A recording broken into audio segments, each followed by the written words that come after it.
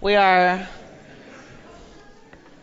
coming to the end of the book of Deuteronomy because we are getting ready to begin our cycle of reading Torah again. Soon, at the end of this festival of Sukkot, we will have Simchas Torah, where we will end the book of Deuteronomy and immediately begin the book of Genesis again. And so you can tell the scroll is all the way to the left, right?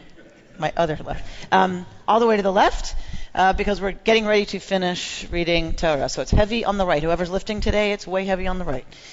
And so we're at the biblical poem Ha'azinu this morning.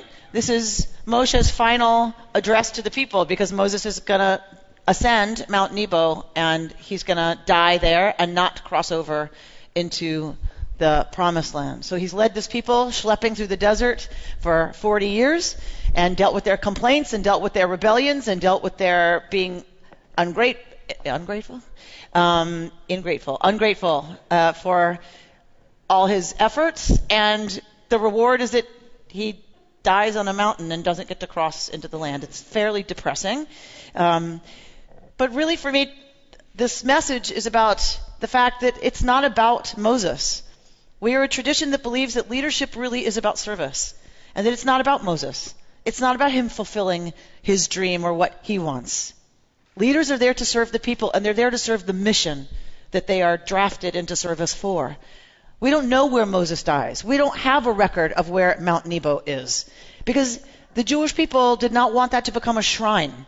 Right? Our tradition did not want to have a place where Moses was venerated, because it's not about Moses. It's about his role in leading this people into this next stage, and that is to build an ethical and just society based on Torah's values. Dr. Martin Luther King quoted essentially this story when he gave one of his famous addresses, and he said, "I don't know that I'll get to the promised land, but I have been to the mountaintop, and I've seen it. And I know that someday," he says, "all of us would love to live a long life, but I don't know that that's what will be granted me. What I know, because I've seen it, is that we will get to the promised land." And that's the real job of a leader, is to say, I've seen it. I know it's out there. I know it exists. So we want every one of these young people to figure out how it is that you can serve to do that for the people around you. How do we model that for them? To say, we don't know that we're going to get there. It's absolutely true that it's all complicated and it's really hard to imagine.